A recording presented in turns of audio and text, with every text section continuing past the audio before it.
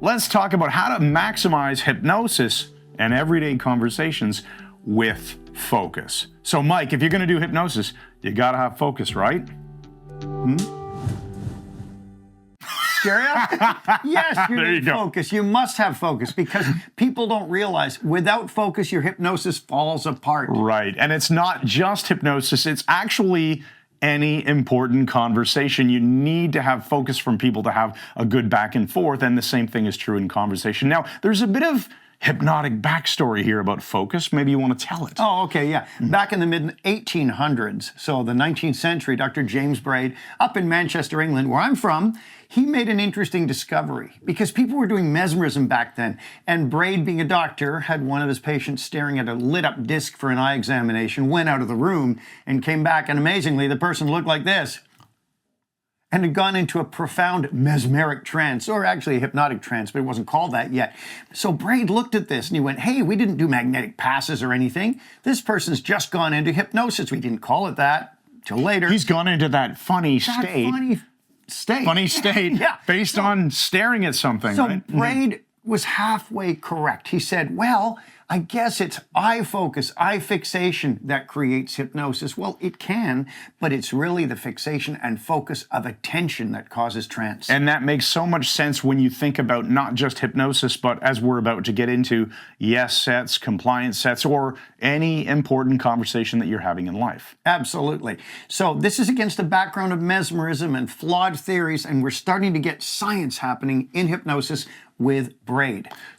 Right, so we had a recent story where a student of ours in the Mike Mandel Hypnosis Academy was in the practice rooms and was wondering why he was having trouble doing something called yes sets and compliance sets, which is something we mentioned we were going to talk about earlier. Right. And we weren't there obviously to watch, but from the description, it seemed like the person that he was practicing with wasn't fully engaged, kept getting interrupted. So yeah, let's talk quickly. We have a video on this. We'll make sure the card gets placed, but what are yes sets and compliance sets? Okay. And why do you need attention? Well, yes sets and compliance sets start the momentum to get the person to do what you say and then eventually go into hypnosis. You get them to agree or say yes 3 to 5 times. Nice day, isn't it? Yes. This is your first session with me, right? Yes. You do this 3 or 4 times. You're starting to build momentum, and then you turn it to a compliance set. You're giving them an instruction to follow. Something simple like put your feet flat on the floor, rest your hands on your legs, take a deep breath. Every time they comply, they are now moving towards hypnosis. But it sounded like that man was not getting this exactly. at all. So if you,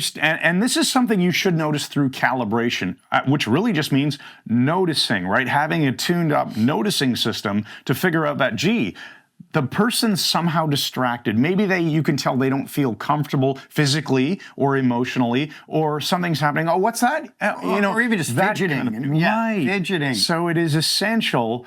And this is not just true for hypnosis, but as I mentioned a couple of times already, in any important conversation, any situation where you're looking to create some sort of influential outcome or guide the outcome in some important way, you need to make sure that you have the focused attention of the person you're talking to, which really presupposes rapport as well. Of course. Now, remember too, Chris, how many times we've talked about this, because you and I are exactly the same in this one regard, that when I'm talking to someone, if they're not looking at me, if they're, dicking around with something over and just going, it doesn't work for me at all, because my mind says, unless you're looking at me intently and listening, you're not paying attention and the information isn't going in. Were you just doing it then when I was just pretending to. And of course, it's so common these days, right? That you're pretending to listen to your spouse or your friend, or you're not paying attention. And so we put our phones down, or we push them when we give our full attention. And so when you're doing hypnosis, absolutely make sure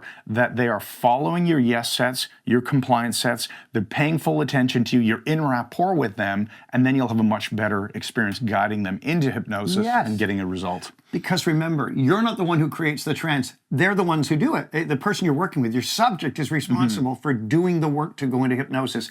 And they're not doing the work if they're fidgeting, looking around, whatever. All right. I think that pretty much wraps up what we wanted to mention in this video, doesn't it? There we go. So if you want to learn more about hypnosis, check out the link in the description under this video. We do have what we call a test drive. You can start with the Mike Mandel Hypnosis Academy. Doesn't even require any kind of credit card or payment method. You can test drive it. It's kind of like borrowing the keys to the Tesla. Tesla, take it out for a spin, just don't crash it, and bring it back when you're done. And then you can decide, you know what, I like that car, I want to buy it, or nah, it's not for me. It's totally cool. So check out that link. That's our test drive for the Mike Mandel Hypnosis Academy. While you're here, you may as well subscribe to our YouTube channel, and then I think it gives you an opportunity to ring that bell, smash that bell, so you'll get notified of our new videos, and we'll see you in the next one. Thanks again. Teslas don't have keys.